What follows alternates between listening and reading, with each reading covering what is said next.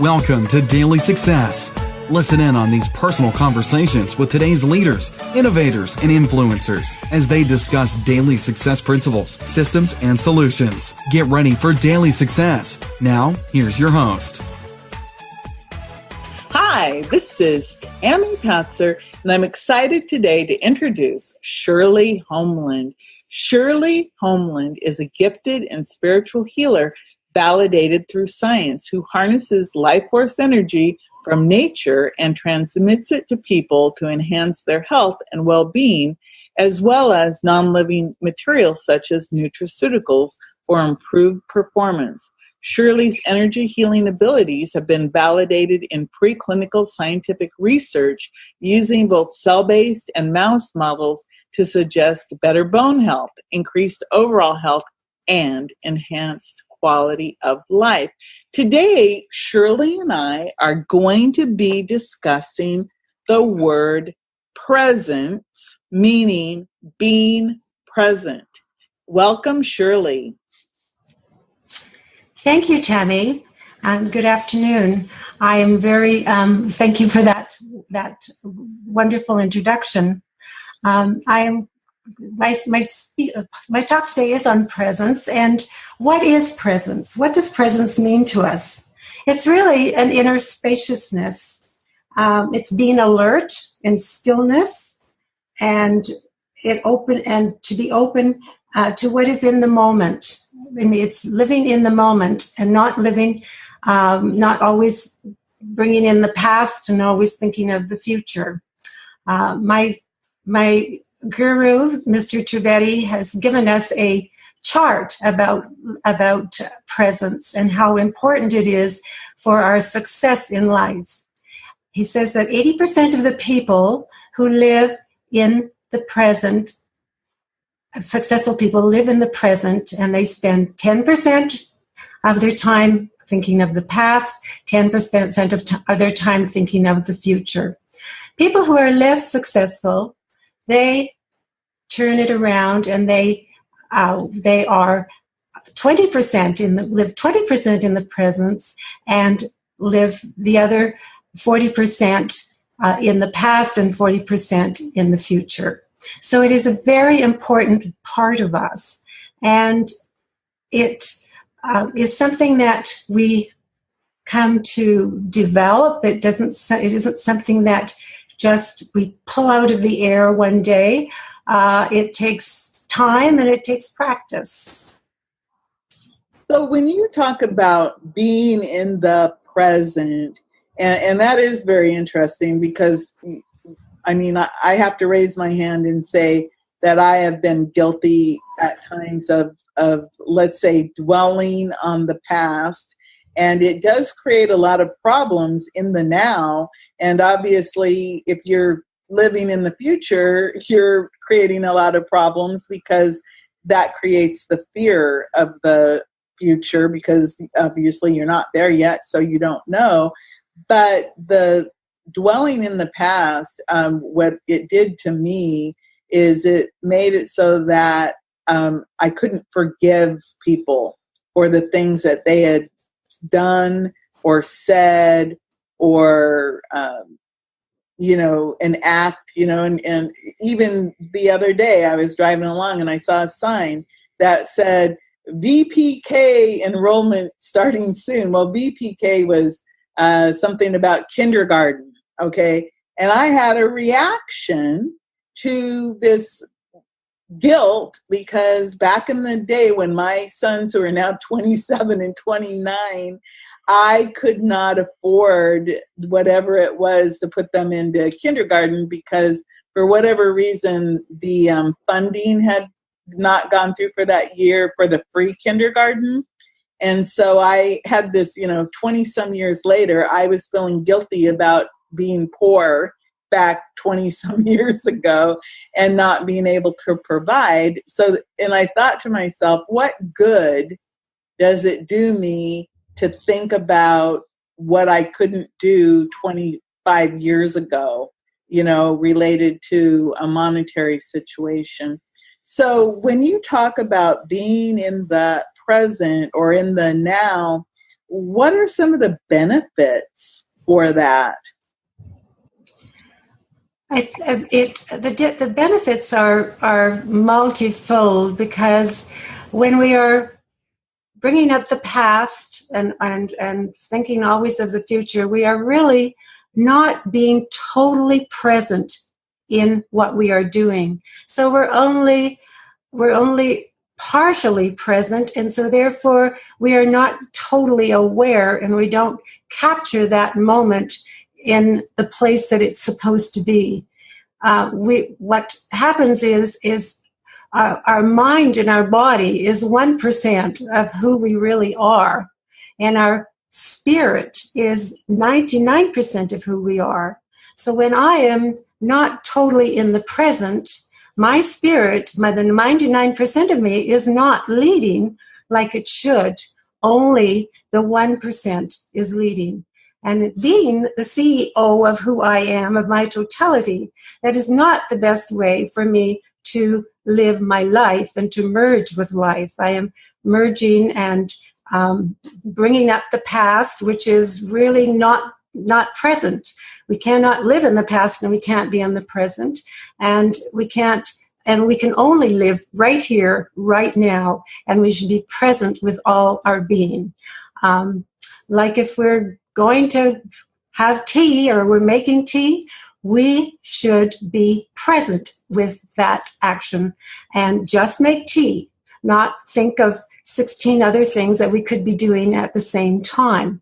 If we are eating our meal, we're often, I even go into restaurants and see people on their phone, having their phone right beside their plate. It's so important. So we're really not being present in what we're doing, and it does take its toll on our health, because we know that our digestive systems do need this nutrition. They do need our awareness, and that awareness within our bodies helps us in every situation that we come across. You said something that really was interesting. You said that we're 99% spirit and only 1%, I guess, of the body, mind, brain. Can you talk a little bit more about that? Because if we're allowing our ego part of us to guide us, then we're literally holding back the real us, our spirit. What does that do to us? You talked about being mindful, just like in eating or in making a cup of tea, but obviously this affects us on a much deeper level if we're ignoring that nurturing or nourishment of the soul, which is 99% of us. What is some of your ideas about that? Yes, that's a very interesting comment, because the mind and the body, they can make up all kinds of stories, and they can see things, or our imaginations can run wild with our minds and our bodies, and sometimes we interpret things wrong, and so we get wrong perceptions and so on. But the truth of the matter is that 99% all of our truth is in our spirit. Knows the truth, and so if we are not tuning into our spirit in our everyday and every moment, we are really, as you said, living partly at least from the ego. It might come and it might go, because it's very hard to live 99% in the spirit in our world the way it is, but we try. But if I'm living 99% in the spirit, or living highly in the spirit, I'm going to get the truth of a situation. I'm not going to get my interpretation. I probably won't jump back 20 years and think of that past situation, and I will try to let it go and be more forgiving, because the truth really is in the spirit. The spirit tells the truth. And another thing is people say, well, how do I access that spirit? And of course, I guess that's what our journey our journey to awareness and to beingness, being in spirit, being in, I call being, be in God. That is our journey on this planet, and this is what we work towards in our everyday life. I worked so many years of my life in as a media specialist and teacher in a very large school and in small schools as well. And I realize so often how busy and how many people in a day and how really distractive things could get for myself and for the children. And so I realized that you end up really creating your own ADD or ADHD which means attention deficit disorder or attention deficit hyperactive disorder, just by the way we have to carry on in our jobs and in our everyday living, as well as the way we perceive it to be. It can always be perceived differently, because when we change the way we perceive things, then things begin to change.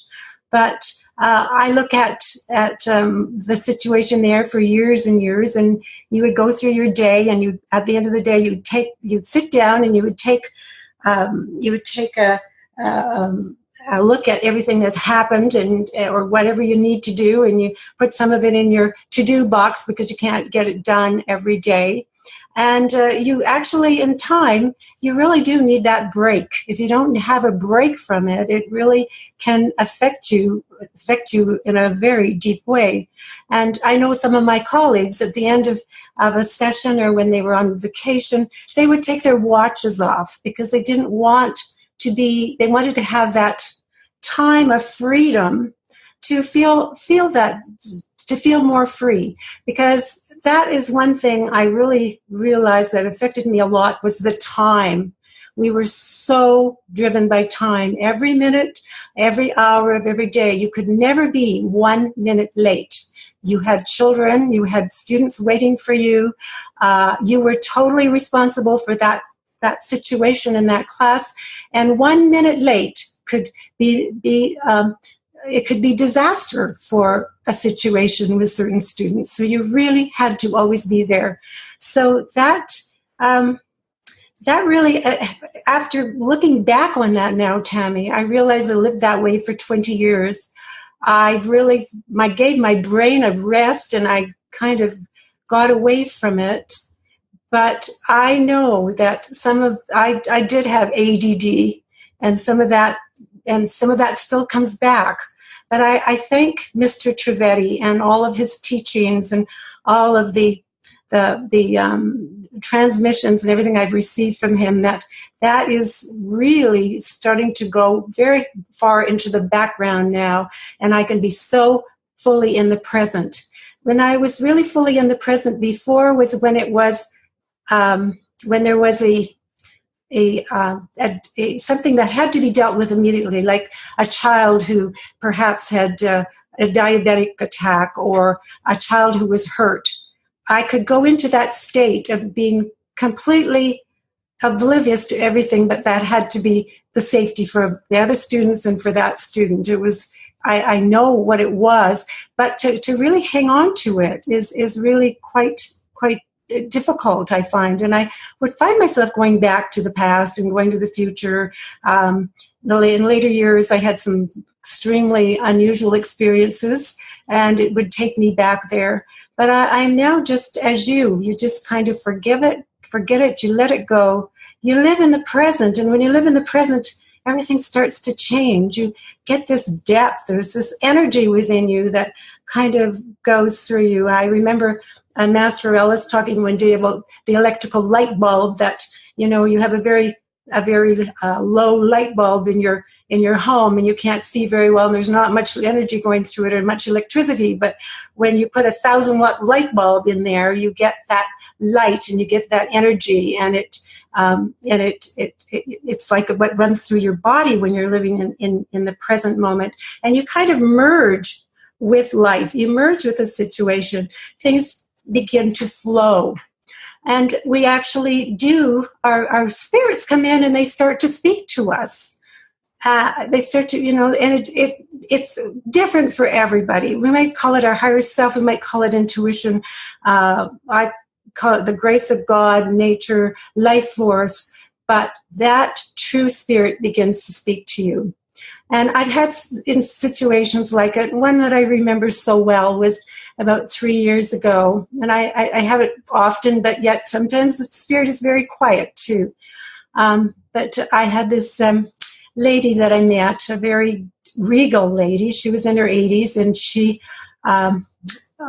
became a friend, and we talked on the phone a lot. And then she had cancer, breast cancer, about 18 years before that. And anyway, there was this indication that it might be coming back. So she asked if I would give her some transmissions for the best outcome, right? So I was giving her these transmissions, and then she called me because they had done a biopsy, and she had about 5 biopsies in one breast. It was very painful. She was very upset and so on. And I just said to her, let's just stay present. Let's just hope for the best outcome. That's all we can do. So I just continued to give her these blessings for another 3 weeks. And I got up in the morning, and this always happens if you're wanting spirit to speak to you. Sometimes spirit won't ever answer your question, but it just happens to come when spirit thinks it's whatever this intuition is. When it decides to come, I know it, and I can take those words to the bank. I know that because it's just a special knowingness inside, or it almost speaks to me in words. Anyway, I was just going to the coffee pot in the morning, and they said this lady's name and said, she's going to get a call from the doctor today, and she does not have cancer. That's what it said to me. I was just so shocked, and I said, oh, thank you. That's all I said. I never said anything throughout the day. I knew she'd call me. And at 5 o'clock at night, she's on the phone, and she's just yelling in my ear because the doctor wasn't supposed to even see her for 3 weeks, but they too were so happy she did not have cancer. And so she was phoning me and just informing me about it. So anyway, she did give me a nice testimonial about that experience that she had. But I'll always remember that. That was just one of the best examples of spirit speaking to you and not asking for anything. I didn't expect an outcome. I was just in that state of hope. That's really a beautiful explanation and example of when you are connected and living in the now, and when your spirit is connected to God, or the God of your understanding, or your higher power, and that energy is coming through. For people who are listening who may have not heard us have a conversation before, could you tell us a little bit more about the energy and the Trivedi effect energy, and what that is and what it means, and how it helps with living in the now? Yes. The Trivedi effect is really the life force. We can call it divine grace. We can call it nature. We can call it the God of your understanding. But it is that formless, energetic presence that is in all things and in everything. And we cannot be without it. Like some people say, well, I don't believe in God. You don't have to believe in God, but there is a life force energy that's running through you, or else you wouldn't be here. You wouldn't be alive. You wouldn't be able to be speaking to us. It is that life force. And Mr. Trivedi was gifted with this ability to transmit, to connect us. What he does is he's really a conduit. He's not the person giving the energy or doing the energy, but he is connecting us with the God of our understanding, whatever that is. As I said, it could be nature, it could be a religious entity, the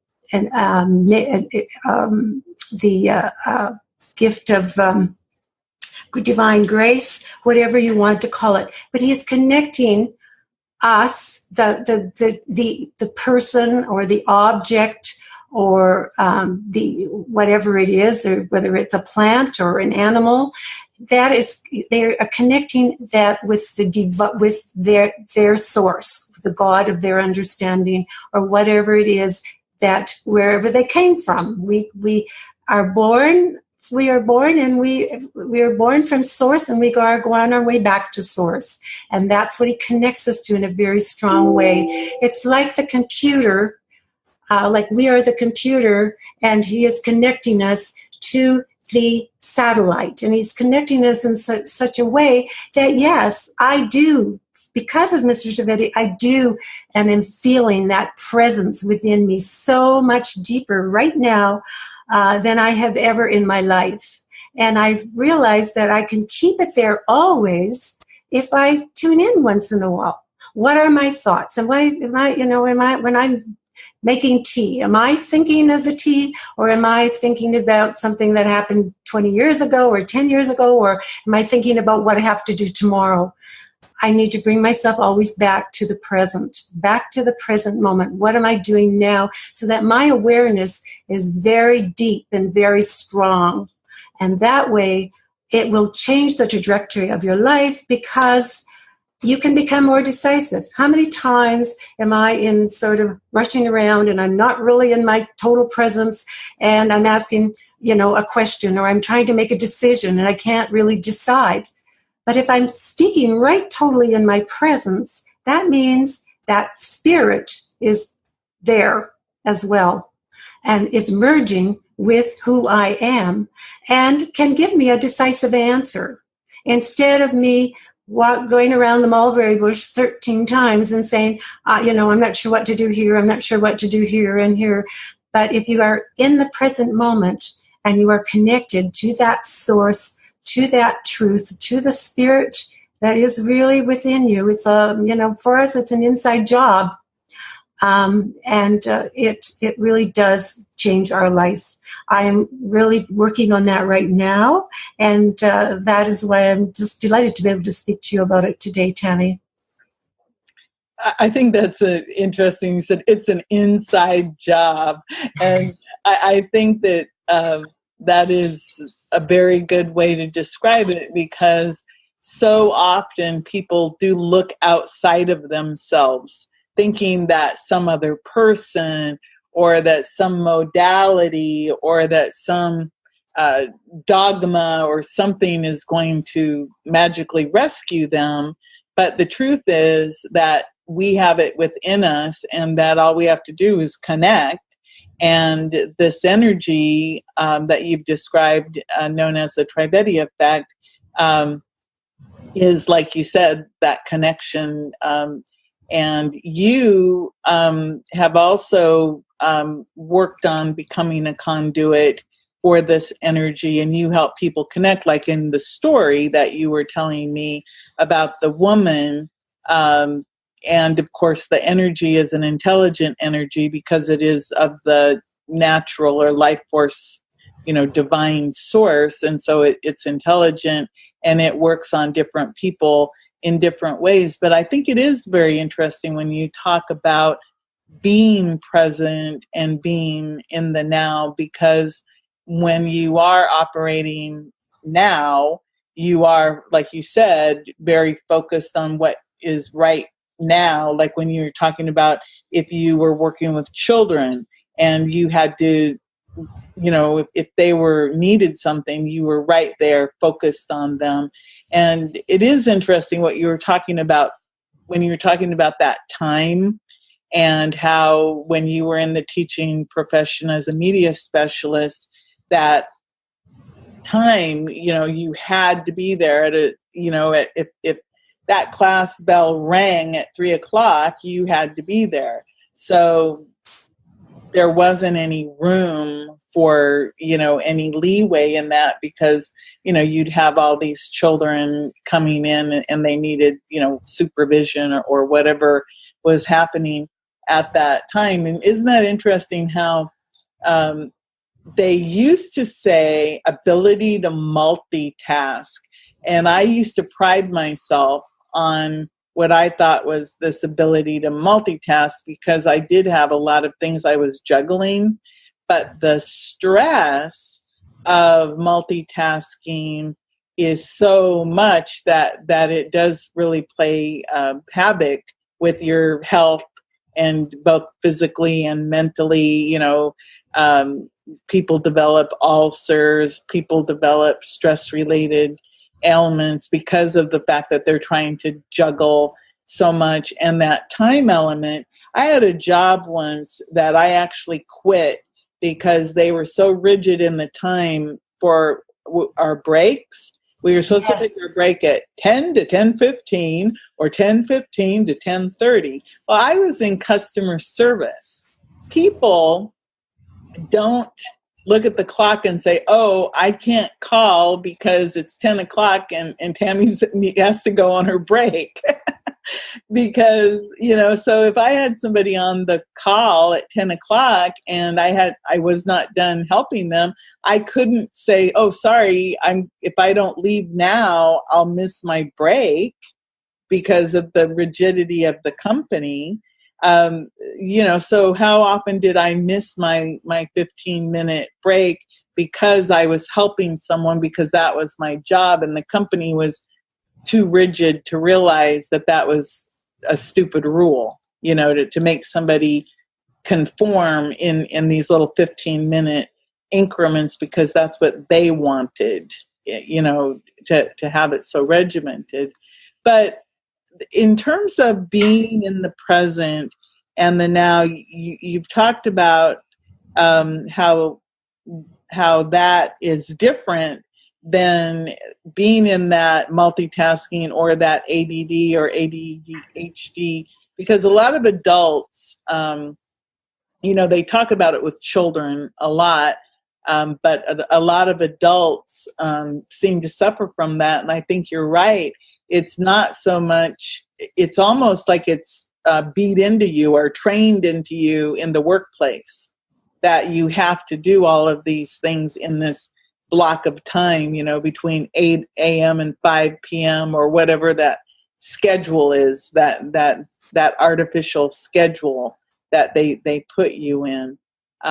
So before I let you go, I wanted to ask you, is there anything else that you wanted to talk about related to being in the now, being in the present? Tammy, I thought your latest explanation about that multitasking was so well put, because that is exactly what it was. And multitasking, you're right, we prided ourselves on the ability to do it. But I do really personally in my heart feel that it does lead to brain drain, and with the presence that we can bring to everything, it kind of helps that. And I know the job and the workforce, I hope it's in time, they will see the human part of people, and that they make better time for people to be able to do what needs to be done. And so thank you for that. That was very well put. What I think that for me, the stillness, I think one of the important things is to really be able to have that little bit of space, a little, if we do nothing but just use our breath and take a few breaths before we speak, it brings that spirit that it merges into our bodies in a stronger way.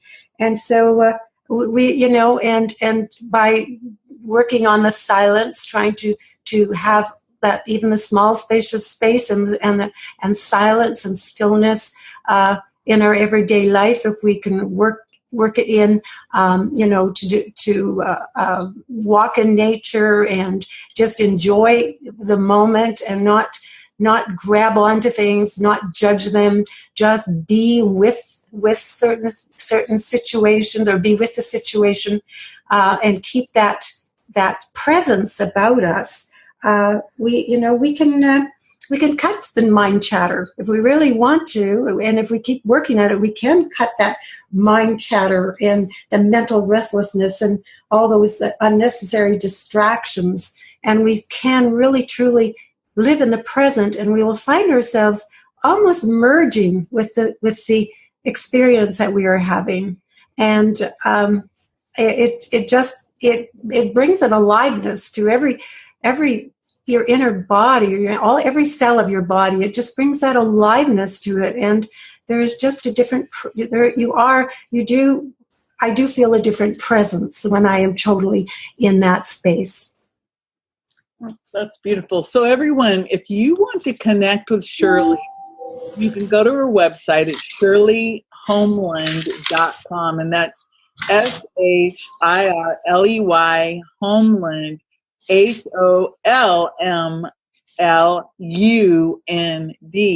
You can find out more about Shirley's background. You can find out more about the science that Shirley's validated in, and about different programs. Of course, there's testimonials and more information there. And again, that's shirleyholmlund.com. I really want to thank you, Shirley, for joining me today and talking about presence, the act of being present. Well, thank you, Tammy, for this opportunity to speak with you today, and to reach out to others. And it's been a delight to be on this radio interview with you this afternoon. Thank you. Thank you so much, everyone. This is Tammy Patzer. Go make it a beautiful day. This information is not intended to provide diagnosis, treatment, or medical advice. Products, services, information, and other content provided in this broadcast, including information that may be provided in this broadcast directly or by linking to third-party websites, are provided for informational purposes only. Please consult with a physician or other healthcare professional regarding any medical or health-related diagnosis or treatment options. You've been listening to Daily Success. Tune in again and subscribe. Never miss a moment of daily success.